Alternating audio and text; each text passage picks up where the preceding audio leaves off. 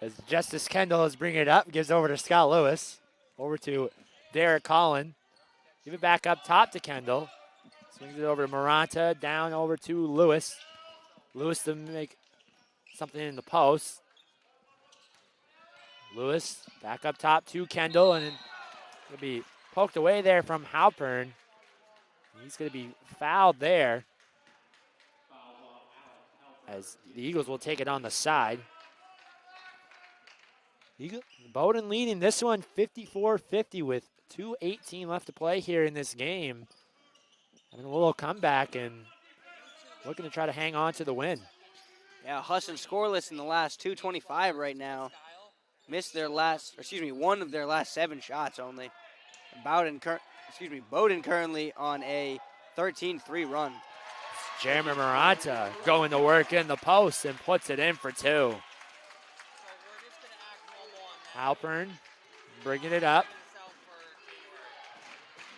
As the Husson crowd getting into this one. 1:47 left to play here in the game.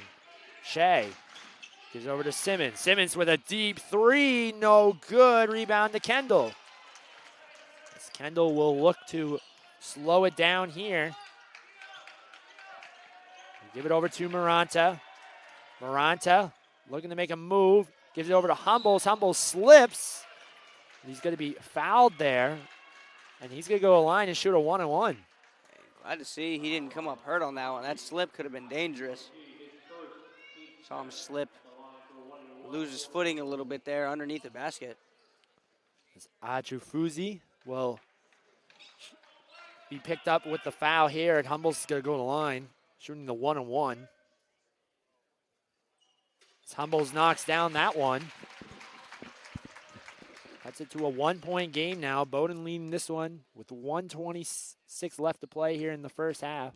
In the game. Humbles knocks that one down. And we're tied at 54 apiece with 1:25 left to play. Halpern bringing it up. Swings over to Shea. Halpern gets it back. Kicks it out to Simmons. Simmons for 3. No good. Important possession here. McGowan's going to shoot a 3 of his own and gets it to go. A big-time shot with 1 minute left to play here in the game. Yeah, and that was a deep 3 as well. Big-time shot, as you said. Gives him a 3-point lead. Collin gives it over to Kendall. Gives McGowan 22 points on the night, too. Lewis over to Collin.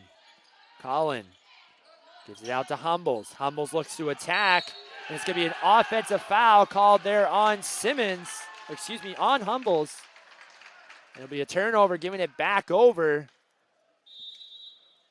to Bowdoin. And I thought maybe it looked like Simmons might have been inside of the circle, the restricted section, but they got him for taking a charge on Corey Humbles. Simmons looked to be a little shaken up there, but looks to be okay, and he'll get up and walk on his own power. But we'll take a quick timeout here, and we'll be right back on the Husson Eagles Sports Network.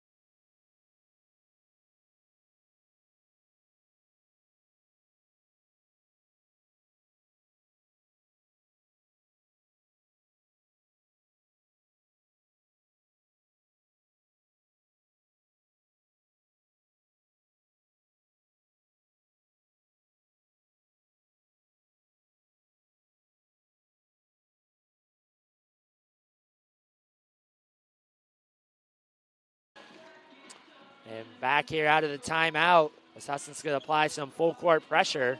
Bowdoin leading this one 57-54 with 39 seconds left in the game.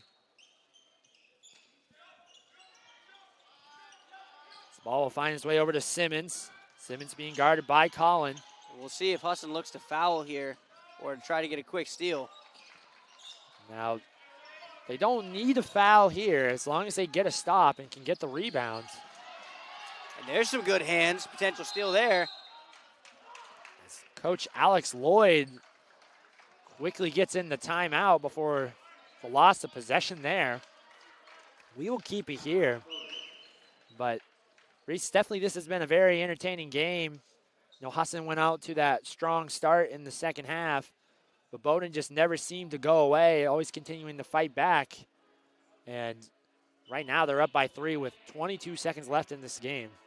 Yeah, never went away. Like you said, Bowdoin came right back second half. I mean, it was tied at halftime, but second half, although it's only a 3-point game, it's felt like it's belonged to Bowdoin. They seem to have a lot of the momentum right now, especially late within the last 3 to 4 minutes or so. Bowdoin has gotten off to a little bit of a run here.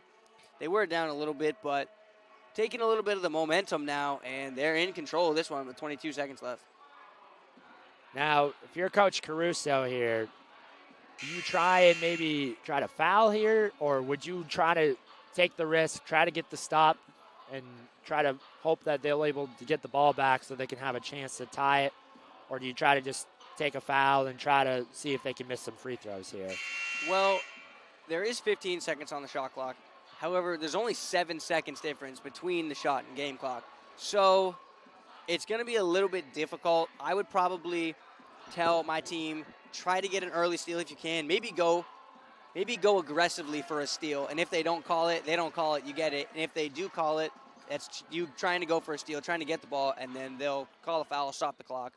But I would try to go for a steal here right away. Try to be kind of aggressive, too. You don't mind giving up a foul, like you said. Atrufuzi gives it into Shea, being guarded by Lewis. Over to McGowan. McGowan's going to take a little mid-range shot and gets it to go. And Bowdoin goes up 5 with 15 seconds left to play. Maranta gives it over to Lewis. Lewis tries to give it to Kendall and taken away there by Halpern. Halpern's going to lay it up and in for 2.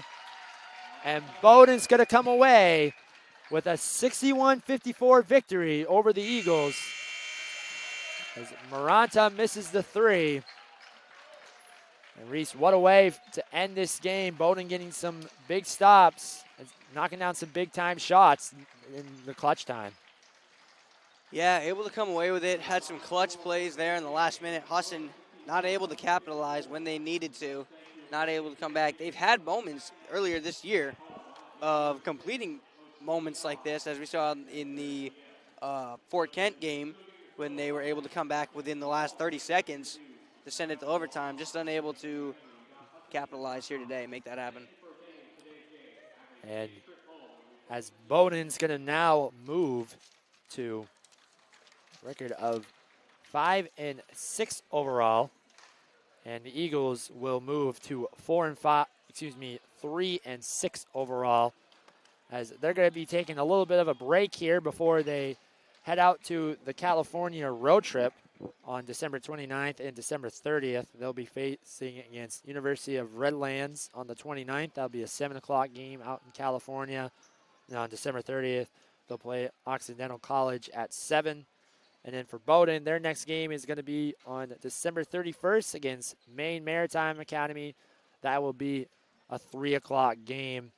Reese, you want to go through the individual stats for both teams before we sign off? Sure. First for Bowdoin, we had James McGowan lead the way. 24 points, 6 rebounds. Sire added another 10 points and 3 rebounds. And Simmons added 9 points, 3 rebounds, and 2 assists. And on the Husson side, we had Scott Lewis lead the way with 13 points, 6 rebounds, and 4 assists. Also 4 blocks. Justice Kendall added 12 points, 5 rebounds, 3 assists. Derek Collin also added 11 points with 4 rebounds. And Jimmy Maranta added 7 points, 4 rebounds, and 2 assists. Thank you for that. And now both the Husson men's and women's teams won't play another home game until the very end, or until the beginning of next year in 2023, as they will face off against, the men's team will face off against SUNY Delhi on the 6th, and then on the 7th they'll face SUNY Cobleskill as well. And I will give it over to Tyler Huey, who has something to say here. So Yeah, I took the mic from Reese real quick, but this is Isaac Potter's last game as a student here for Husson University Athletics, and on behalf of all of us, we just want to thank you, Isaac, for absolutely everything you have done, and we want to wish you nothing but the best at up in Presque Isle at the news station up there. As I fumble my words, I'm not good at this stuff, but we just want again thank you for absolutely everything, and yeah, we love you, buddy. I love you too, Huey, and thank you all for tuning in to me over the past few years. Big thank you to my color commentator, Reese Dannenberg. He'll be calling a lot of the games the rest of the way here. But as we sign off one last time, the Bowdoin College Polar Bears coming out with a 61-54 victory over the Husson University Eagles. I'm Isaac Potter alongside Reese Dannenberg. Thank you all for tuning in for this game, and have a great rest of your afternoon.